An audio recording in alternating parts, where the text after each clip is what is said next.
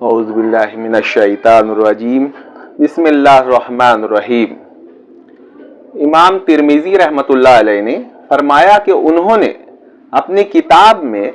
2 حدیثوں کے سوا کوئی حدیث ایسی ذکر نہ کی جس پر امت میں کسی نہ کسی کا عمل نہ ہو۔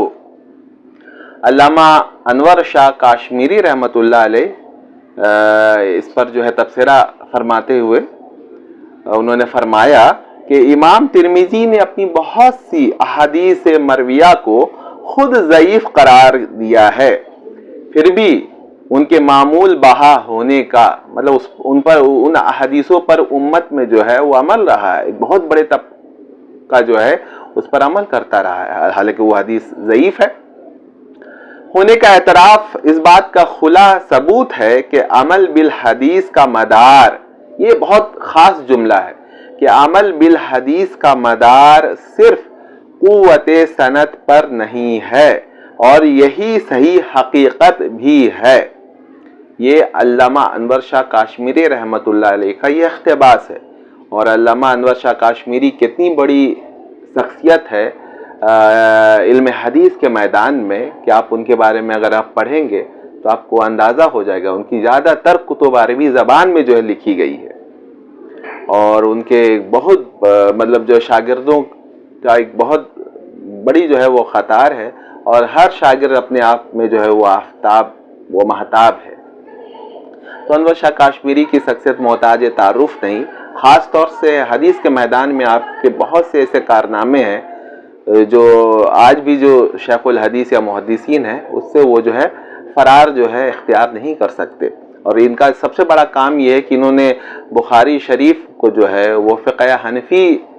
کو سامنے رکھتے ہوئے وہ پڑھائی ہے، تو اس لیے ان کی باتیں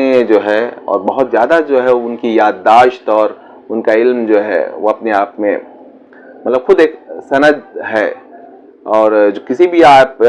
عالم یا علم والے شخص سے اگر آپ پوچھیں گے علامہ انور شاہ کاشمیری کے بارے میں تو آپ کو وہ یا خود پڑھ لیں تو آپ کو پتہ چلے گا یہ کتنی بڑی شخصیت ہے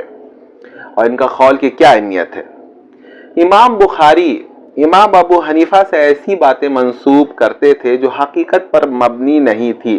مثلا یہ کہ حدیثوں میں وہ بالکل ضعیف حدیثوں کا بیان کرنا، اور حدیث میں وہ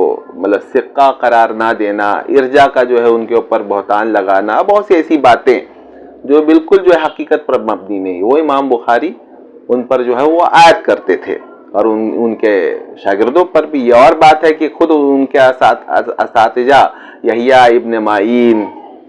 اور سعید ابن خطان اور یہ سب ہیں امام احمد بن حنبل کے واسطے سے وہ عبداللہ ابن مبارک ہیں، وہ سب ہیں وہ کہیں نہ کہیں امام ابو حنیفہ ہی کے شاگردوں کے شاگرد ہیں، تو یہ الگ سی بات ہے۔ چنانچہ علامہ انور شاہ فرماتے ہیں کہ امام بخاری کا یہ کہنا کہ انہیں فقہ حنفی کی معرفت حاصل ہے میں صحیح نہیں سمجھتا، کیونکہ ان کی کتابوں کو دیکھنے کے بعد معلوم یہ ہوتا ہے کہ ان کی معرفت ان کو صحیح معرفت فقہ حنفی کی ہوئی ہی نہیں ہے، بلکہ سنی سنائی باتوں پر انہوں نے بس اس کو مان لیا حق، اور وہ اسی پر ان کی پوری کتابیں ہیں، اور فقہ حنفی کے تعلق سے ان کی رائے سنی سنائی باتوں پر ہے۔ یہ علامہ انور شاہ کاشمیری کی یہ رائے ہے۔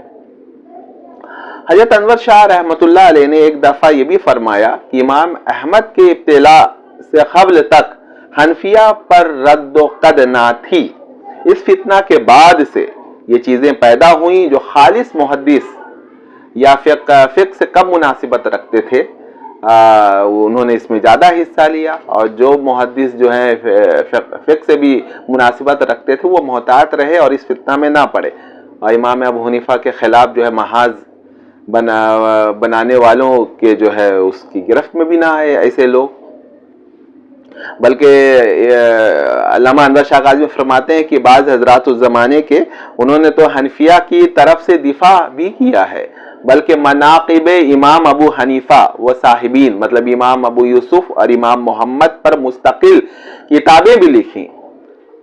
خطا و نسیان سے کوئی انسان مبرہ نہیں سوائے انبیاء کرام کے، چنانچہ صحیح بخاری کی کچھ روایات پر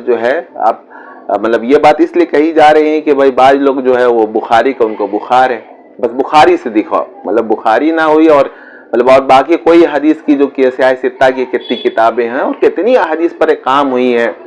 امام محمد نے اس پر کام کیا، امام یوسف نے کیا، امام ابو حنیفہ کی جو ہے مسانید ہے، تو وہ ان کو سندی نہیں مانتے، تو کیا امام بخاری نے جو اپنی حدیثیں صحیح ذکر کی ہیں اس میں خطا یا نسیان کا کوئی احتمال نہیں ہے؟ تو اس پر جو علماء نے جو ہے بہت ساری روایات پر جو ہے وہ تنقید کی ہے کہ یہاں امام بخاری سے بھول ہو گئے، اور اس کے لیے 30 سے زیادہ مقام پر اس کی پکڑ ہے، اور علامہ ابن حجر فتح الباری میں ان کا جواب بھی ان کو دینا پڑا۔ تو ظاہر ہے اس کا مطلب ہے کہ یہ سب چیزیں ہیں، لیکن یہ چیزیں جو ہے وہ علم کے میدان سے تعلق رکھتی ہے۔ عام لوگ چونکہ یہ سب چیز جانتے نہیں تو بس ان کو بخاری سے دکھاؤ، اور کوئی حدیث جو ہے ان کے لیے معتبر ہی نہیں ہے۔ چنانچہ ان اوہام بخاری کے لیے حافظ کو جو ہے توجہ فرمانی پڑی، اور کشف الظنون میں شروع بخاری کے تذکرہ میں ایک شرح ابو ذر احمد بن ابراہیم حلبی، یہ 884 ہجری کے ہیں، کی مذکور ہے، جس کا نام ہی ہے توضیح الاوہام الواقعۃ فی الصحیح۔ اس کا مطلب ہے کہ بہت ساری جگہوں میں امام بخاری جیسی شخصیت کو بھی وہ وہم ہو گیا، وہ گڑبڑ ہو گیا، واقعہ کچھ تھا یا کہیں پہ کچھ سا ہو گیا اس میں، اور اس کی گرفت ہوئی۔ تو سمجھ میں آتا کہ حدیثیں ہم تک جو پہنچانے والے علماء تھے ان کی حدیث پر باریکیوں پر کتنی نظر کہ وہ صحیح تک میں جو ہے انہوں نے وہ چیز کو ڈھونڈ نکالا کہ یہاں امام بخاری چوک گئے، ان سے نسیان ہو گیا، خطا ہو گئی، وہم ہو گیا ان کو۔ حضرت انور شاہ رحمۃ اللہ علیہ نے بھی فرمایا کہ اہم صحیحین پر مستقل کتابیں لکھی گئی ہیں، بخاری و مسلم پر جو جہاں یہ ہو گیا، اور بہت سی مطلب مثالیں بھی جو ہے کے طور پہ جو ہے آپ وہ دیکھیے کہ کتاب الطلاق بخاری میں صفحہ 1031 میں فدخل علی حفصہ، حضرت شاہ صاحب قدس شاہ صاحب انور شاہ کاشمیری رحمۃ اللہ علیہ قدس سرہ فرمایا کرتے تھے کہ بخاری کو وہم ہو گیا ہے، یہ قصہ بیت زینب کا ہے۔ امام بخاری نے چاروں جگہ بیت حفصہ ہی قرار دیا ہے۔ بخاری صفحہ 792 اور 793 کے حاشیہ میں فتح الباری سے نقل ہوا ہے کہ کتاب الہیہ میں ہے کہ 2 پارٹیاں تھیں، ایک میں حضرت عائشہ حفصہ سودا اور حفصہ تھیں، دوسری میں زینب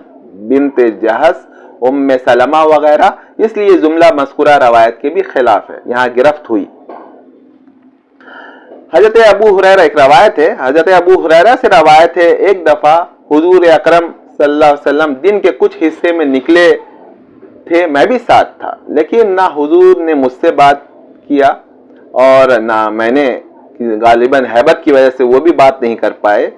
اسی حالت میں حضور بنی قنیقہ کے بازار تک پہنچے اور حضرت فاطمہ رضی اللہ تعالی عنہا کے گھر کے صحن میں بیٹھ گئے۔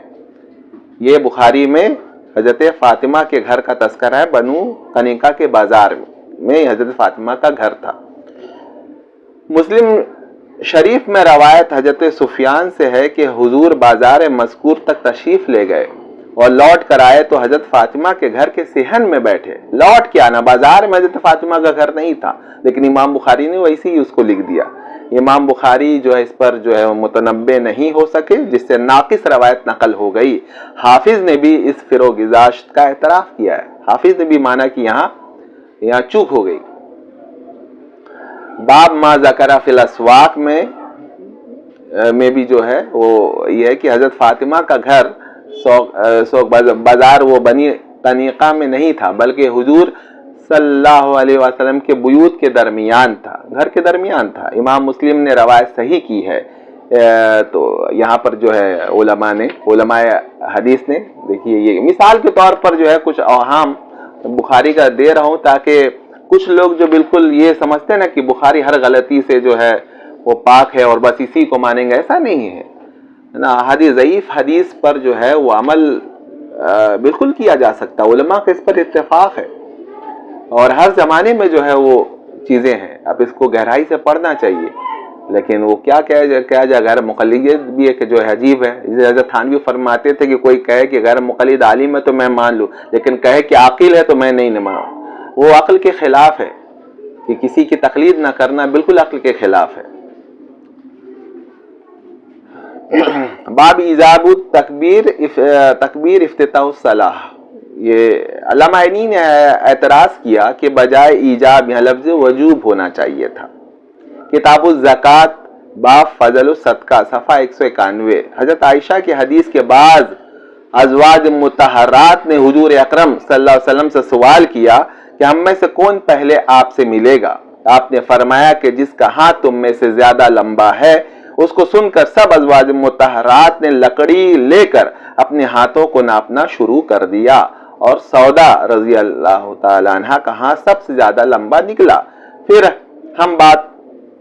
کو معلوم ہوا کہ ان کے دراز یہ ید کا مطلب صدقہ تھا کہ وہی حضور سے پہلے جا ملی، اور صدقہ ان کو بہت محبوب تھا۔ امام بخاری رحمت اللہ علیہ نے اپنی تاریخ میں بھی سودا ہی کی وفات کو سب سے پہلے قرار دیا ہے۔ امام بہقی نے بھی اسی طرح روایت کی، اور خطابی نے بھی لکھ دیا کہ حضرت سودا کا سب سے پہلے حضور سے ملنا صداقت نبوت کی نشانیوں میں سے ہے، لیکن مشہور کے خلاف ہے یہ، کیونکہ اہل سیر کا اتفاق ہے کہ سب سے پہلے حضرت زینب کی وفات ہوئی یعنی 20 ہجری حضرت عمر کے دور خلافت میں، اور حضرت سودا کی وفات 54 ہجری میں حضرت معاویہ کے دور میں ہوئی۔ تو یہاں بھی وہم ہو گیا امام بخاری کو، علماء نے اس پر جو ہے گرفت کی ہے۔ علامہ نووی اور ابن بطال وغیرہ نے بھی یہی تحقیق کی ہے، اور اجماع اہل سیر حضرت زینب کی پہلے وفات پر نقل کیا، پتہ ہے صفحہ 184 جلد 3۔ اور علامہ عینی نے کہا کہ اس حدیث میں کسی راوی سے غلطی ہوئی ہے، جس پر امام بخاری کو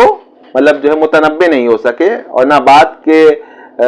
جو شرح کرنے والے ہیں نے خیال کیا، حتیٰ کہ بعض نے اس کو نبوت کی نشانی بھی قرار دے دی، حالانکہ سب وہم ہے، اور صحیح یہ ہے کہ وہ حضرت زینب تھی، اور صدقہ بھی سب سے زیادہ وہی کرتی تھیں۔ اور صحیح مسلم میں حضرت عائشہ سے صحیح روایت موجود ہے جس میں ہے کہ حضرت زینب کا ہاتھ سب سے لمبا تھا، کیونکہ وہ صدقہ بہت کرتی تھی۔ حافظ نے اس موقع پر طویل کلام کیا ہے، مگر ترجیح مسلم والی روایات ہی کو دی ہے۔ اب یہاں دیکھیے بخاری پر ترجیح مسلم کو ہو گئی، تو یہ علماء جو ہے اس بات کی گہرائیوں کو سمجھتے ہیں۔ عوام جو ہے وہ غیر مقلدیت کے چکر میں وہ بڑے بڑے لوگوں کو جو ہے پر بالکل وہ امام بخاری، امام ابو یوسف، امام محمد پر ایسی باتیں کہہ دیتے ہیں کہ مطلب بالکل ان کی شان کے خلاف ہے۔ آپ تو جانتے ہی نہیں کہ بھائی ان لوگوں نے کیا علمی کارنامے انجام دیے ہیں، نہ ان کی کتاب آپ نے دیکھی ہے۔ اور مستدرک حاکم نے حضرت عائشہ رضی اللہ تعالیٰ عنہ سے دوسری حدیث بھی نقل کی ہے جس میں زیادہ تفصیل ہے، اور وہ بھی شرط مسلم پر ہے۔ اس کے بعد امام بخاری کے لیے تعویل سے کچھ گنجائش نکالی ہے، مطلب حافظ بھی جو ہے وہ جواب دینے میں وہ تھک گئے، اور کچھ گنجائش نکالی کہ بھائی وہ ٹھیک ہے۔ یہاں ابن جوزی نے بھی کہا کہ امام بخاری کو تنبؤ نہیں ہوا کہ اس حدیث میں غلطی ہے، واللہ عالم۔ تو بہت سی مثالیں جو ہے وہ موجود ہیں، آپ اس میں جو ہے انوار البخاری میں جو ہے وہ ہے انوار الباری کے مقدمہ میں بھی جو ہے جلد 2 میں جو ہے اس میں بہت سے 30 سے زیادہ جو ہے اوہام بخاری جو ہے وہ نقل کیا گیا، تو آپ وہاں جا کر جو ہے اس کو وہ دیکھ سکتے ہیں۔ محض اس کا یہ نہیں تھا کہ میں بخاری شریف کی جو ہے وہ اہمیت کم کرنے کے لیے بیان کر رہا ہوں، مطلب جن لوگوں کو یہ بخار ہے اور جو حنفیہ پہ جو ہے بالکل بے دریغ وہ تان اور نفرت کے تیر چلاتے ہیں اور بالکل تنقید کرتے ہیں، تو ان کے لیے بتا دوں کہ ایسا نہیں ہے۔ امام بخاری سے بھی بہت ساری جگہوں پہ چوک ہوئی ہے۔ اللہ تعالی ہم سب کو جو ہے صحیح علم کا جو ہے فہم عطا کرے، اور خاص طور سے اکابر اور بزرگان دین کا ادب جو ہے وہ ادب کے بغیر جو ہے خالی خلی علم جو ہے اور کتابیں جو ہے وہ بہت جو ہے آپ کو وہ اس سے نجات جو ہے نہیں ہے، نجات کی وابستگی وہ ادب سے ہے۔ صحابہ کرام میں دیکھیے کتنا ادب تھا، تو اپنی زبان پہ جو ہے لگام لگائیں، خاص طور سے اکابر کے متعلق کچھ کہنے سے۔ علمی اختلاف ہو سکتا ہے، آپ ان کے پیچھے نہ چلیں، اس کے پیچھے چلیں، یہ ہے، لیکن گستاخی نہ کرے، کسی کی شان میں جو ہے بالکل گستاخی نہ کرے۔ یہ آپ کا جو بھی ہے عمل ہے وہ سب جو ہے اکارت ہو جائے گا۔ اللہ تعالی ہم سب کی جو ہے حفاظت فرمائے، آمین یا رب العالمین۔